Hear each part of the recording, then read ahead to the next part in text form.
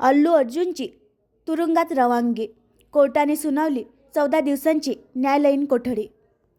Pushpa fame Allu अर्जुनला काही वेळापूर्वी हैदराबाद पोलिसांनी अटक केली होती. पुष्पा 2च्या प्रीमियर वेळी संध्या थिएटर चेंगराचेंगरीमध्ये एका महिलेचा मृत्यू झाला. या प्रकरणी अल्लू अर्जुनलाही जबाबदार धरलं असून नुकतीच नामपल्ली कोर्टात सुनावणी झाली. पोलिसांना या प्रकरणी आणखी तपास करायचा असल्याने कोर्टाने अल्लू अर्जुनला 14 दिवसांची न्यायालयीन कोठडी सुनावली. आता पुढे काय होणार याकडे सर्वांचं लक्ष लागलं आहे. पोलिसांनी कोर्टात दिलेल्या माहितीनुसार अल्लू अर्जुनने त्याच्या प्रीमियम संदर्भातील कार्यक्रमाची पूर्वकल्पना पोलिसांना दिलीच नव्हती.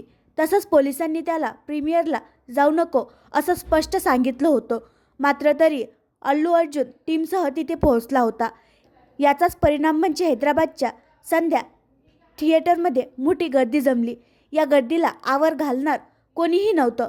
परिणामी झालेल्या चेंगराचेंगरीत एका रेवती या महिलेचा मृत्यू झाला, तर तिचा मुलगा गंभीर जखमी झाला. त्याच्यावर सध्या रुग्णालयात उपचार सुरू आहे.